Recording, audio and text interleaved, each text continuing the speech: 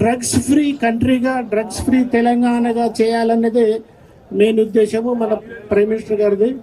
ఇప్పుడు ఎట్లయితే పంజాబ్, హర్యానా స్టేట్స్ ఏ విధంగా చాలా నష్టపోయాయి ఈ దీనిలో, అందులో ఇప్పుడు హర్యానాలో మన గవర్నమెంట్ వచ్చిన తర్వాత చాలా యాక్షన్ తీసుకొని కంట్రోల్ మొదలైంది. ఇప్పుడు తెలంగాణలో కూడా లాస్ట్ 15 yearsలో నెగ్లెక్ట్ చేయడం అయింది.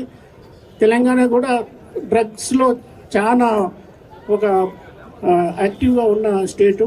దీన్ని మనం స్కూల్స్లో, కాలేజీలో, యూనివర్సిటీస్లో యూత్ అందరూ కూడా దీన్ని కంట్రోల్ చేయాల్సిన అవసరం ఉంది. స్వచ్ఛ భారత్ ఎట్లా, తర్వాత ఈ డ్రగ్స్ ఫ్రీ అండ్ హెల్తీగా ఉండే అనేది మెయిన్ ఉద్దేశము. ఇది గ్రౌండ్ లెవెల్లో అందరికీ పర్కులేట్ అయ్యి అందరికీ ఈ మెసేజ్ పోయింది. ఇది కంటిన్యూగా మనం చేస్తూ ఉండాలి. మనం drug free Telangana, drug free India చేయాలనేది మెయిన్ ఉద్దేశము.